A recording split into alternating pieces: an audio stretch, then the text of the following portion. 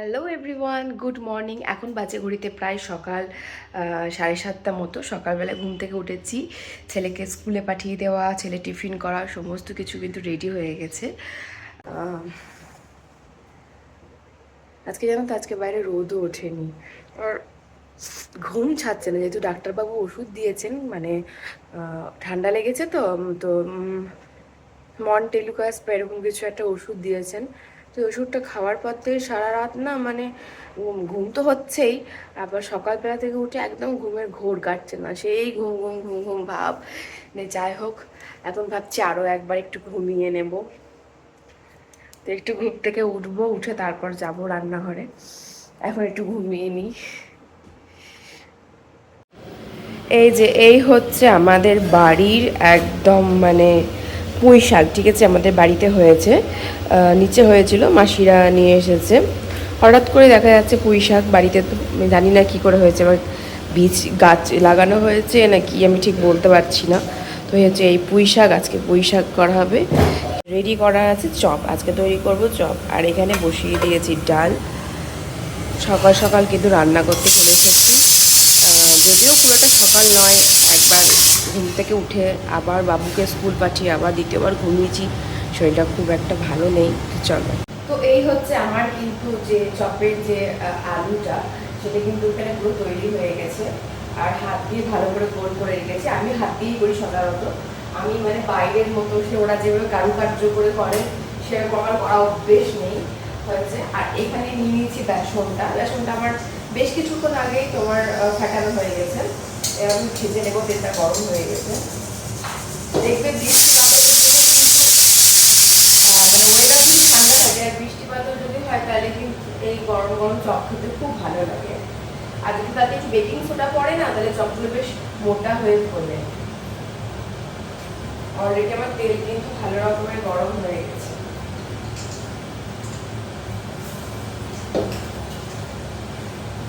বেশ বিগত 5-6 দিন ধরে ঠান্ডা লেগেছে, গলা এখনো ভারী, কিছুতেই গলাটা সে মানে স্বাভাবিক অবস্থায় ফিরে আসছে না।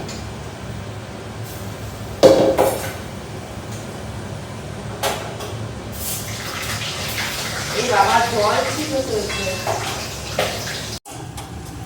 এই যে চপগুলো দেখো কি সুন্দর, বেকিং সোডা দেওয়ার জন্যই কিন্তু এত সুন্দরভাবে মানে ফুলে উঠছে আর কি। বেকিং সোডা ছাড়া কিন্তু ফোলানো অসম্ভব। সচরাচর আমরা কিন্তু খাবারে বেকিং সোডা দিই কিন্তু একমাত্র ফোলানোর জন্য, কেক টেকে বলো বা কোনো রকম কিছুতে। তুমি আজকে টিফিন খেয়েছো স্কুলে? কি টিফিন দিয়েছিল মা? মা কি টিফিন দিয়েছিল তোমাকে আজকে স্কুলে? খেয়েছো? চলো জামাটা খুলে দিই। ওরে ওরে বাবা, বলা মাত্র একটা মার। হাকামানা চলে আসবে, হাকামা। হাকামানা ওই তালের কাছে থাকে, আর বুঝিমানাও থাকে তালের কাছে। হাকামানা বুঝিমানা দুই ভাই ওরা, জানিস? দুই ভাইকেই মারবি? তো এই যে দেখো, আমার কিন্তু এখানে চপগুলো প্রায় ভাজা হয়ে গেছে, ভীষণই মুচমুচে হয়েছে। আর তার সাথে কিন্তু বেশ গরম গরম চপ।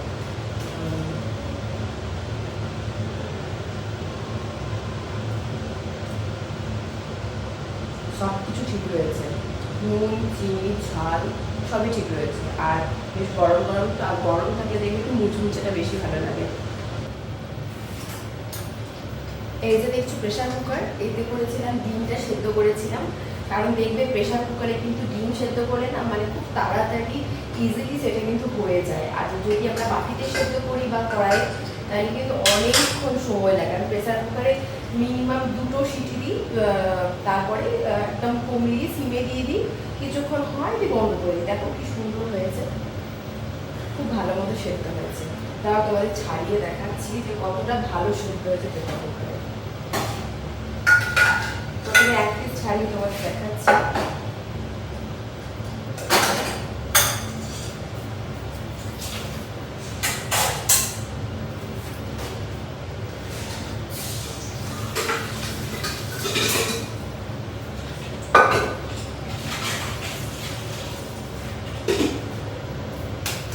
দেখবে যে কত সুন্দর মানে সেদ্ধ হয়েছে, কম সময়ে হাতে যদি তাড়াহুড়ো থাকে তাহলে কিন্তু একদম আমার মনে হয় তুষার পুকুরে করাটাই ঠিক হবে, যদি তাড়াহুড়ো থাকে আর হাতে অনেক কম সময়ের মধ্যেই কিন্তু হয়ে যায়।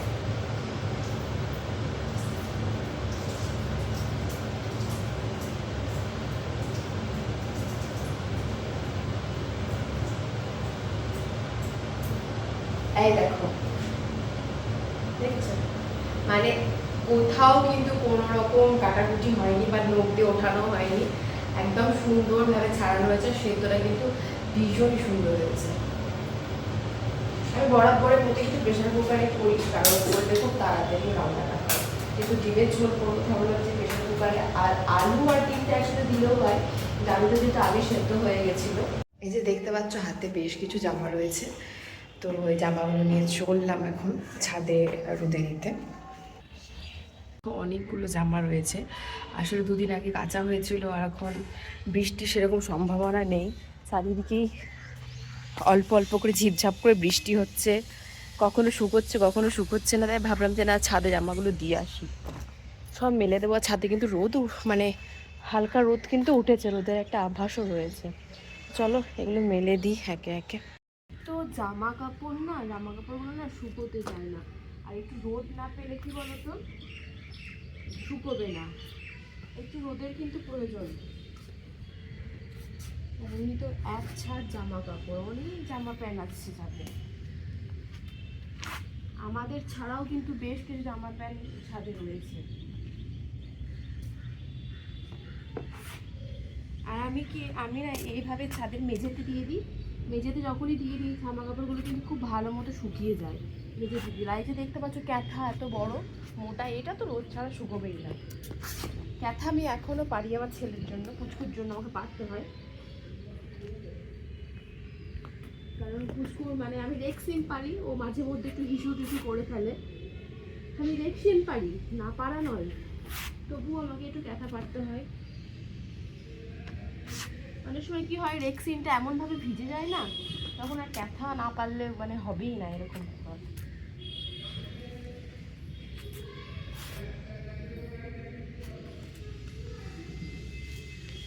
চলো আমার হয়ে গেল।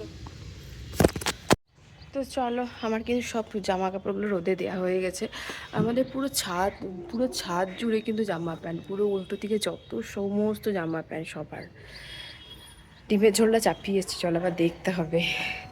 এত রোদ না, মানে তাকাতে পারছি না চোখ নিয়ে, প্রচণ্ড রোদ।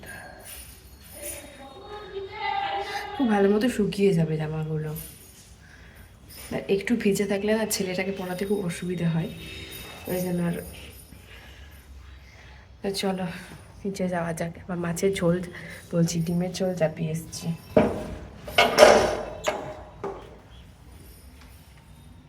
কেমন হয়েছে চপটা? মোটামুটি।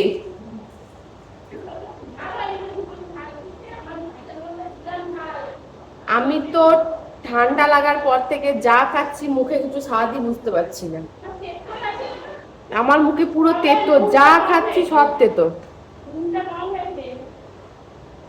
ভালো হয়নি খেতে?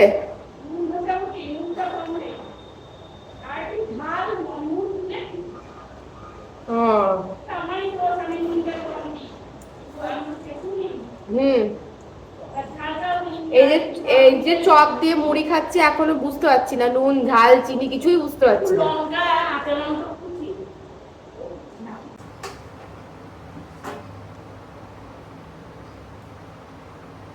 এটা খুলতে পারিনি, দেখছি এটাকে পুরো ছাড়িয়ে দিচ্ছে একেবারে, পেছনটা পুরো ছেড়ে গেছে, মুখটা পুরো ছেড়ে গেছে। মাসি করেছে, সাবধানে খুলতে হবে, তাড়াতাড়ি করে মাসিরা খুলে দিয়েছে ছাড়িয়ে।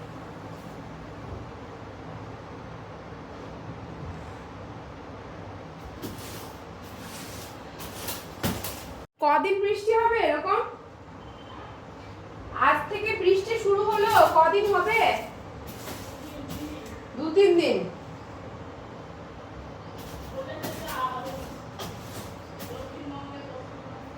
ও, আমার আজকে আজকে ঝাড়া হয়নি খাটটা। ওরা সব শুয়েছিল যে আমার ঝাড়া হয়নি খাটটা আজকে। ও এখন তোমার ঘুমের সময়, এখন খেলার সময় নয়, ঘড়িতে প্রায় 3টে বাজছে। তো এতক্ষণে স্নান করে চলে এসেছি, দেখতে পাচ্ছ স্নান করে এলাম। বাবু নিচে বসে খেলা করছে, বাবুকে বলছে এখন খেলিস না, চলে আয়, কারণ বিকেলবেলায় অনেক সকালে ওঠে, স্কুল থাকে বলে। আমি আসছি, তুমি বসো, দেখি বাবা কিছু নেবে কিনা আমি দেখে আসছি, বসো।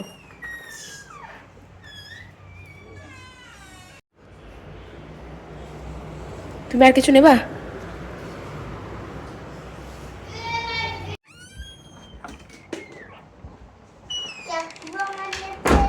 তো এখন বাজে ঘড়িতে প্রায় দেখো প্রায় 2:45, দেখতে পাচ্ছ প্রায় 2:45 বাজছে। আর এখন ও মেঝেতে বসেছে খেলতে, দেখছো ডক্টর কিট নিয়েছে, ডক্টর কিট নিয়ে মেঝেতে খেলতে বসেছে, দিয়ে আমাকে বলছে এখন খেলো। তারপর তোমরাই বলো তো, এখন 2:45 বাজছে, এখন খেলার সময় না? চিৎকার করো না, এখন তো ঘুমের সময় না, 2:45 সময় কেউ খেলা করে না বাবা। তুমি সকালে উঠেছো, কত সকালে বলো তো? হ্যাঁ, ঘুমোতে হবে, খেলবো আসলে। মানে এই ডক্টর কিডনি কিন্তু আমি শুধু খেলা করি তো, দিয়ে ওই জন্য মাকে ডাকে। আর বাইরে কিন্তু একদিকে রোদ, আবার একদিকে কিন্তু তার সাথে রয়েছে চুপ। আচ্ছা আচ্ছা, বাইরে একদিকে রোদ, আবার একদিকে কিন্তু মেঘ হয়েছে, তোমাদের দেখাচ্ছি। চলো চলো ঘুম, বাবা এসে কিন্তু পিটু পিটু করবে তোমায়। দেখ দেখ বাইরেটা দেখ কেমন মেঘ করেছে, দেখ ওই দেখ, দেখেছিস বাইরেটা?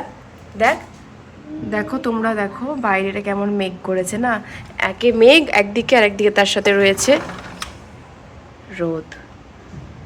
দেখো দূরে আকাশটা দেখো, পুরো মেঘ করেছে, মেঘ জমেছে অনেক। হ্যাঁ দেখেছো কেমন মেঘ করেছে আকাশটা, আর কিন্তু তার সাথে রোদ। হ্যাঁ বাবা আমার, রেখে দাও ওটা, চলে এসো ঘুম পাড়াবে। তো চলো এখানে নিয়ে নিয়েছি ডিমের ঝোল, বলেছিলাম যে আজকে ডিমের ঝোল রান্না করব। এখানে নিয়ে নিয়েছি ডিমের ঝোল, আলু ডিম দিয়ে ঝোল, তার সাথে রয়েছে পুঁই শাক রয়েছে, এতে একটু মাছের মুড়ো দিয়ে করেছিলাম। তো দেখো এখানে মাছের মুড়োগুলো আমি কিন্তু সরিয়ে দিয়েছি, মানে কাঁটা যেটাকে বলা হয় সরিয়ে দিয়েছি, নইলে যদি গলায় টলায় লেগে যায়, যাই হোক। আর নিয়েছি চাটনি। আর এর আগেই বেশ কিছুক্ষণ আগে আমার বর মানে ও এখানে এসে খেয়ে গেল, তো আমি ওর জায়গাটা পরিষ্কার করে আমি বসলাম। তো চলে আমি এখন খেয়ে নেব, ভীষণ খিদে পেয়েছে, কারণ প্রায় 3:30 বাজে। তো কি হয়, আমার যেহেতু খেতে অনেকটা লেট হয়, আর বাবু যেহেতু সকালবেলায় উঠে স্কুল পাঠাতে হয়, সেই জন্য কিন্তু আমাদের কখনো একসাথে যদি ভাবি খাবো, আমাদের কিন্তু একসাথে খাওয়াই হয় না। মানে খুব কালে কৌশলে যদি হয় তাহলে হয়তো কখনো সকালে হলো, তাহলে একসাথে খাওয়ার সময় হয় না। আর বাবুকে অনেক সকালে উঠানো হয়, ওকে ঘুম পাড়ানো, ওকে ওই সমস্ত কাজ করা, ওই জন্য লেট হয়ে যায়।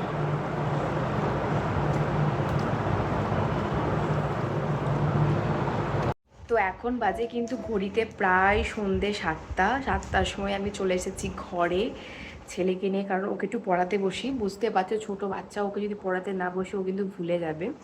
আর প্রতিদিন একটু করে লেখায়, নইলে কিন্তু ভুলে যায়। তুমি লেখো কেন এত বদমাস, এত দুষ্টু, মানে জোর করে না পড়ালে কিছুতেই পড়বে না। তো চলো আজকের ব্লগটা এতটুকুই, আর এর থেকে বাড়াবো না, কারণ এরপরে রুটি রাতেকার খাবার সব কিছুই রয়েছে। তো ওকে একটু পড়াই, নইলে বুঝতে পারছি সন্ধ্যেবেলায় পড়তে না বসলে একদম সারাদিন পড়বে না। আর লেখা না শেখালে সব কিছুতে, মানে ইভেন সব কিছুতে দোষ কিন্তু মায়ের, বেশি বাবার থেকে বেশি দোষ কিন্তু মায়ের, কারণ মারা শেখায় না, শিক্ষা দেয় না। দেখছো কিরকম বদমাইশি করছে। বেশ ঠিক আছে, আজকের ব্লগটা এতটুকুই, টাটা বাই বাই।